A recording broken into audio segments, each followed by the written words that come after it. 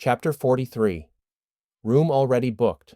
Miranda, Professor Greaves said softly, placing a reassuring hand on her shoulder.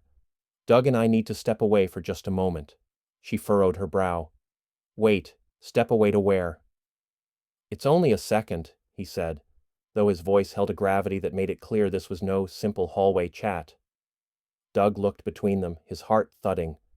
What do you mean? Greaves turned to him. Brace yourself. There was no time to object, and no gesture, no incantation, just intention. The room shimmered. The air fractured into waves. Space folded in upon itself, not violently, but like a curtain being gently drawn open. And then, silence. The lecture hall was gone. Doug stood now in the deep, warm hush of a hotel lobby.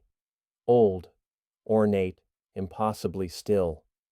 Brass chandeliers glinted overhead, flickering slightly as if from candlelight. Velvet wallpaper shimmered between rose and rust. A long mahogany counter stood unattended, and behind it a wall of keys and numbered brass hooks, though many were missing. Doug blinked. His mouth moved, but no sound came.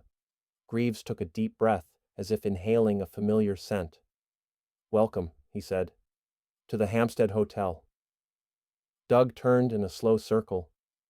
What the hell is this place?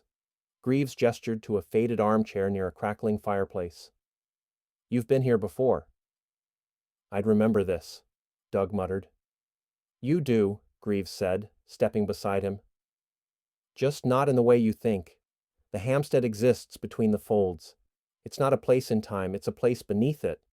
Every adept visits eventually, usually in dreams, or in death. Doug stared. So, this is like the astral plane? Greaves chuckled. Not quite. Think of it as the junction between thought and matter, a holding ground, a place for choosing which thread of infinity to walk next. It presents itself differently to everyone. Mine is a hotel. Yours, well, let's just say the wallpaper's already changed twice since we arrived. Doug glanced at the walls again. Hadn't they been burgundy? Now they were slate blue. And the chandelier, had it always looked like it was dripping? He suddenly felt both deeply comforted and utterly exposed, like standing naked in front of a childhood home. Wait, he said. If this place is real, how are we here? Because you're starting to remember how, Greaves said. It's not about going anywhere, Doug. It's about being aware of where you already are. The universe is a house of infinite rooms. Most people never leave the foyer. But you, Greaves leaned in.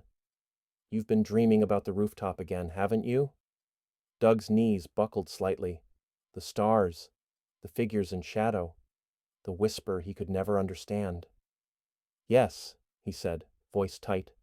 I thought you were never dreaming, Greaves whispered. You were remembering your room in the Hampstead. Doug swallowed hard. Why am I here? Because you're ready, Greaves said.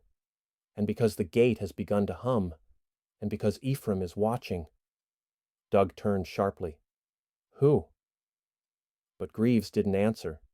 He simply walked toward the front desk and rang a tiny brass bell once. Somewhere deep in the hotel, a door creaked open.